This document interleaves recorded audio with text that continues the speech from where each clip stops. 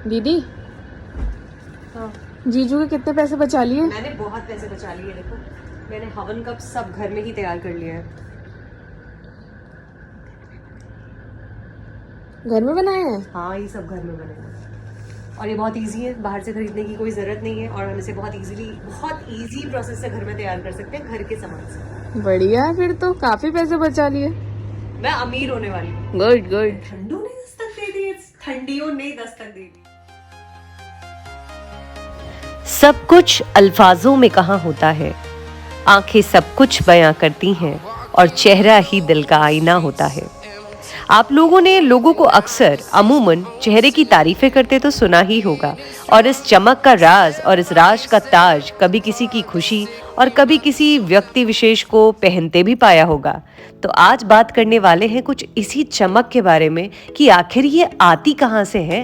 क्या ये वाकई किसी राज की बात है या इसको जानना अब पहले से भी ज्यादा आसान हो गया है। आज मैं बात करने वाली हूँ हमारी पर्सनालिटी के ग्लोरीफाइंग ऑरा के बारे में। हमारा ऑरा एक तरीके की मैग्नेटिक वाइब्रेशन एनर्जी का एक घेरा है जो हमारी बॉडी के चारों तरफ मौजूद रहता है। नमस्कार YouTube परिवार, मैं हूँ प्रतिभा और आप हैं आपके अपनी चैनल यूपी 32 जिंदगी जिंदाबाद में। जैसा कि हम सब जानते हैं, ठंडियों ने दस्तक दे दी है और नियत टाइम के अकॉर्डिंग मेरा काम तो बहुत ज्यादा लेट होता है क्योंकि मैं पर्सनालिटी वाइज बिल्कुल भी ठंड सैवी हूं ही नहीं। मेरे हिसाब से मुझे हाइबरनेशन में चले जाना चाहिए, but that is not possible with all the responsibilities. तो कोशिश कर रही हूँ, थोड़ा सा कोप अप करने की कोशिश कर रही हूँ। मुझे ठंड थोड़ा ज्यादा प्रभावित कर देती है, तबीयत ठीक नहीं होने की वजह से व्लॉग्स मेरे लेट हैं, but I am so sorry guys. मेरे पास बहुत सारे क्वेरीज एंड मैसेजेस आते हैं कि why I am so let. ये सिर्फ ठंड की वजह से है, वरना मेरे व्लॉग्स हमेशा आप लोगों को टाइम पे मिल जाते थे। तो आज ले आई हूँ एक बहुत ही बेहतरीन सा टॉपिक जो मुझे लगता है हर किसी की लाइफ को इम्पैक्ट करता ही करता है। आप भी देखिए, एंजॉय कीजिए और अगर ये आपको थोड़ा सा भी फायदा पहुंचाता है तो मेरे चैनल को लाइक, शेयर और सब्सक्राइब करना बिल्कुल भी मत भूलिएगा और ये वीडियो लास्ट तक जरूर देखिएगा। मैं हमेशा से चर्चा करती आई हूँ कि जो हमारा भारतीय इतिहास है, जो हमारा भारतीय चिकित्सा शास्त्र है, हमारा भारतीय आयुर्वेद विज्ञान है, ये सब बहुत ही उच्च कोटि का है। तो लिहाजा जब बचपन में नानी दादियां ऐसे होती थी और माएँ भी ऐसी हैं, माएँ भी हमें कहती हैं, जैसे हम बहुत ज्यादा लो फील कर रहे होते हैं तो वो कहते हैं नजर लग गई है, नजर उतार देते हैं, नजर उतार देने से तुम्हें अच्छा फील होगा। आजकल हम बहुत ज्यादा एडवांस हो गए हैं, हम स्मार्ट हैं, तो हम क्या बोलते हैं, नहीं ये बहुत अंधविश्वास की चीजें हैं, दकियानूसी बातें हैं, इस पे कौन यकीन करेगा। और वहीं आज के नए जमाने में एक नया सा लड्डू बना करके परोस दिया गया है, क्या कि हम अपना ऑरा क्लीन कराना चाहते हैं, हम अपना ऑरा प्योर कराना चाहते हैं। ये हमें सुनने में बहुत अच्छा लगता है। ये दोनों ही बातें सेम है, कहने के तरीके भिन्न हैं, लेकिन कहते हैं ना, अपनी चीजों को ठुकरा करके हमें बाहर के लड्डू, दूसरे की थाली का लड्डू जो है वो हमेशा से बड़ा लगता है। एक बहुत ही इजीएस्ट मेथड है जिसमें हमें चाहिए कैम्फर यानी कपूर और लौंग, 2 लौंग और थोड़ा सा कपूर लेकर के उसे अपने ऊपर से 7 टाइम्स एंटी क्लॉकवाइज उतारने के बाद उसे सिर्फ जला देना है। ऐसा करने से एक अलग सा हमें वाइब्रेशन महसूस होता है अपनी बॉडी के अंदर। ये कपूर की स्मेल की वजह से भी होता है और लौंग जलने की स्मेल की वजह से भी होता है। हमारा शरीर जो है वो कुछ स्मेल्स या फिर कुछ खुशबुओं के प्रति या कुछ विशेष प्रकार की गंधों के प्रति अलग तरीके से रिएक्ट करता है। ये ऑरा क्लिंजिंग का एक बहुत ही इजीएस्ट मेथड है। मनुष्य एक जिज्ञासु प्राणी है। हम सबके अंदर कुछ ना कुछ नया करने और सीखने की जिज्ञासा हमेशा जीवित रहती है। भाई यही प्रमाण है कि अब जीवित है, अगर जीवित है तभी तो नया करेंगे और सीखेंगे। ये बहुत अच्छी बात है। मेरा एक छोटा सा सुझाव है कि हमें अपनी शारीरिक संरचना के बारे में ज्यादा से ज्यादा जानना चाहिए, ज्यादा से ज्यादा उसके लिए खोज करनी चाहिए। और जितना हम, हालांकि बहुत वास्ट है, इतना विस्तृत है कि शायद जीवन कम है लेकिन टॉपिक्स कम नहीं है। जीवन भी उतना लंबा नहीं होता जितना हमारे पास इससे रिलेटेड अनुसंधान है। तो अपने शरीर को, अपनी शारीरिक रचना को समझना बहुत ज्यादा इंपॉर्टेंट है। हमारे शरीर में सिर्फ उतना ही नहीं जितना हम देखते हैं, इससे कहीं ज्यादा है जिसे हमें महसूस करना है। तो मुझे लगता है कि अगर हम हीलिंग के बारे में बात कर रहे हैं या हम हीलिंग प्रक्रिया की ओर ध्यान आकर्षित करना चाह रहे हैं तो हम एक बड़े बदलाव की तरफ हैं।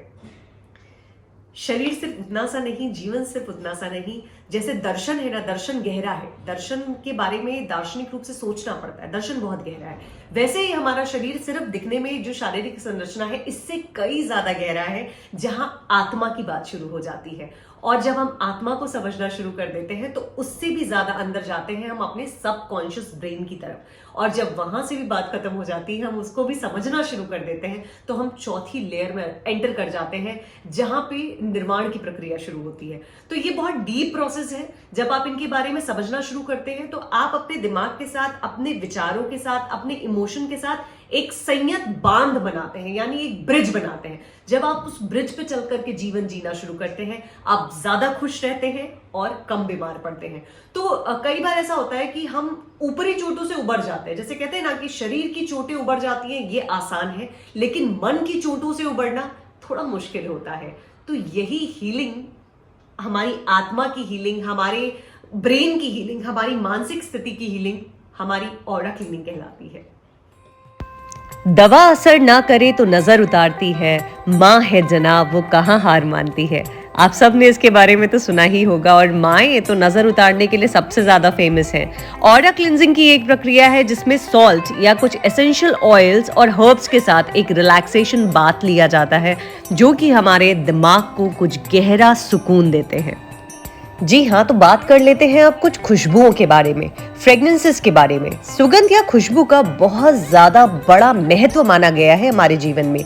वो इसलिए कि सात्विक अन्न से शरीर पुष्ट होता है और सुगंध से सूक्ष्म शरीर यानी हमारा आत्मिक मन, आत्मा और हमारा मस्तिष्क, हमारा जो शरीर है वो 5 कोशों वाला है: जड़, प्राण, मन, विज्ञान और आनंद। हम एक लंबे समय से सुनते आए हैं कि हमारे बड़े बुजुर्ग हमसे कहते हैं कि हमें सिर्फ बाह्य सुंदरता पे नहीं, अपनी आंतरिक सुंदरता पे भी ध्यान देना है। यानी inner beauty is equal important. जैसे कि हम बाहर के लिए बहुत ज्यादा कॉन्शियस रहते हैं ना, क्या लगा लें, कौन सा सनस्क्रीन, ऐसा वैसा दुनिया भर की चीजें। क्या हम लोग आत्मा की हीलिंग के लिए कुछ करते हैं? मैं कहती हूँ कि अगर कोई एक आध स्टेप उठाता है तो मेडिटेशन से ज्यादा और कुछ भी नहीं। मैं यहाँ पे ऑरा क्लीनिंग की जो बात कर रही हूँ वो हमारी बाह्य शारीरिक रचना, जो कि हम वजन के आधार पे मेजर कर सकते हैं, हाथों से छू सकते हैं, ये हमारा बाह्य शरीर है। इसके अंदर भी हमारे पास 4 लेयर्स होती हैं, जिन लेयर्स में अलग अलग हीलिंग की आवश्यकता है। एक लेयर होती है आत्मा, और आत्मा के बाद एक और लेयर आती है जिसे कहते हैं सबकॉन्शियस ब्रेन, जहां पर हमारे विचार रहते हैं और हमारे डर सम्मिलित रहते हैं, और कई ऐसे राज होते हैं जो हमने छुपा रखे होते हैं। और कई बार जब इसमें बैलेंसिंग गड़बड़ होती है तो हमारे ये बाह्य शारीरिक रचनाओं से जो भी हम क्रियाकलाप कर रहे हैं उसमें भी डिस्टर्बेंस शुरू हो जाता है। ऑरा क्लीनिंग हमें इसी चीज में हेल्प आउट करता है। तो आप इसे नजर उतारना कह लें, आप इसे ऑरा क्लीनिंग कह लें, ये दोनों ही बातें एक जैसी हैं, जैसा कि मैंने आपको बताया। मुझे लगता है कि पुरानी चीजों को जितना हम नेग्लेक्ट करते जा रहे हैं और नई तरफ जैसे जैसे बढ़ रहे हैं, ले दे के जोड़ तोड़ के दुनिया का जो सर्कल है वो हमें उसी जगह पे लाके खड़ा कर दे रहा है कि हमने जिनको छोड़ा था, हमने जिस चीज को इग्नोर किया था, हम वहीं पहुंच गए हैं। तो ऑरा क्लीनिंग और नजर उतारना भारतीय रिचुअल में बहुत ज्यादा पुराना है, और मुझे लगता है कि ये स्पेसिफिकली वर्क भी करता है। आपने देखा होगा आपके घर में, अगर आप पर्सनल इंसान, जैसे इंडिविजुअल डिपेंडेंसी होती है, जहां इंसान कहता है कि मैं इस चीज पे बिलीव नहीं करता या मैं इस चीज पे बिलीव नहीं करना चाहता। हमारा जो चौथा, मैंने आपको बताया ना 4 लेयर्स, हमारी जो चौथी लेयर है वहां पर बात आती है विश्वास प्रक्रिया की। वहां सिर्फ विश्वास रहता है। जब आप यकीन करते हैं, आपके साथ चीजें अपने आप ट्रांसफॉर्म होना शुरू हो जाती है। मैंने पुराने कुछ वीडियोस में आप लोगों के साथ ये बात शेयर करी थी कि मैं कुछ फूलों को सुखा रही हूँ, जो भगवान के ऊपर से पुराने फूल उतारती हूँ और उनके साथ कुछ एक्सपेरिमेंट करना चाहती हूँ। तो ये है वो एक्सपेरिमेंट का नतीजा, यानी कि मैंने बनाए हैं छोटे छोटे हवन कप्स, और अब आगे आप लोगों के साथ शेयर करने जा रही हूँ कि मैंने वो हवन कप्स कैसे बनाए हैं। जैसा कि मैं ऑरा क्लिंजिंग रिचुअल्स के बारे में आप लोगों से बात कर रही थी, ये उसमें भी बहुत ज़्यादा सहायक होते हैं। इन छोटे छोटे कप्स को इजीली कपूर के साथ जलाया जा सकता है और अपने आसपास एक सुगंधित सा माहौल क्रिएट किया जा सकता है। तो मैंने इसमें क्या किया है, सूखे हुए फूलों को सिंपल मिक्सी के जार में मिक्सी कर लिया है कुछ इस तरीके से, और उसे यहाँ पर एक बोल में खाली कर ले रही हूँ। ये जो सुगंधमय होते हैं असल में ये गेंदे के पत्ते से बने हुए हैं, पंखुड़ी से बने हुए हैं, तो एक बड़ी प्यारी सी फ्रेग्रेंस रखते हैं, खुशबू आती है। तो जो ये सुगंध है वो हमारे जीवन में भी सुख समृद्धि लेकर आती है। सुगंध से हमारा मानसिक सोच और सोचने की क्षमता बदल जाती है। इसमें मैंने मिक्स किया है कपूर, जो कि मैंने यहाँ पे भीमसेनी कपूर लिया हुआ है। ये है लोबान, गुग्गल, और यहाँ पर है हवन सामग्री, लौंग, और यहाँ मैंने परिणामी धूप की कुछ स्टिक्स को तोड़ लिया है और वो मैं इस पे मिक्स करूंगी पाउडर की तरह। ये मैंने इसको यहाँ पे मिक्सी करने के बाद अपने इस सारे मिक्सचर के साथ अच्छे से मिला लिया है। ये ध्यान रखना है कि हर तरफ ये मिक्सचर इक्वल मिल जाए, क्योंकि जब हम इसके छोटे छोटे हवन कप्स बनाएंगे तो ऐसा ना हो किसी में वो मिक्सचर मिला हुआ जाए और किसी में वो मिक्सचर मिले ही ना। तो मैंने आधा अलग करके बोल में ले लिया है और अब उसमें सिंपल पानी के साथ उसको मैं गीला कर लूंगी।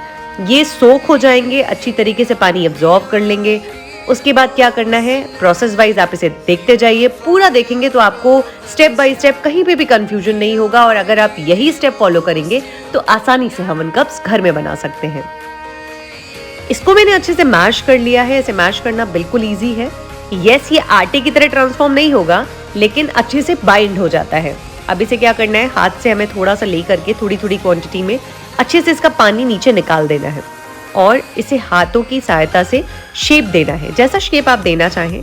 और इस तरीके से कुछ हवन कप्स तैयार हो जाएंगे।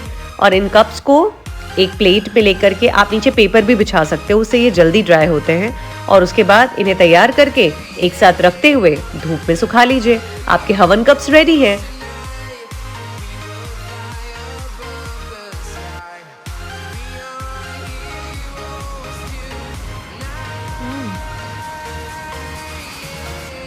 जिंदगी में कुछ चीजों के साथ सामंजस्य बिठा के चलते रहना ही आर्ट ऑफ लिविंग है। मुझे लगता है कि हमें इतना भी प्रैक्टिकल नहीं हो जाना चाहिए कि हम किसी के इमोशंस की कदर करना ही भूल जाएं या किसी को हर्ट करना शुरू कर दें, और इतना इमोशनल भी नहीं होना चाहिए कि दुनिया हमारा फायदा उठा के चले। तो दोनों के बीच में एक अच्छा सा बैलेंस बना के चलना ही तो जिंदगी है ना। इसी बेहतरीन से नोट के साथ आज का वीडियो यही समाप्त करती हूँ। और अगर आप लोगों को ये वीडियो पसंद आता है तो कमेंट करना बिल्कुल भी मत भूलिएगा। वादे के अनुसार मिलूंगी किसी और वीडियो में, तब तक मी प्रतिभा साइनिंग ऑफ।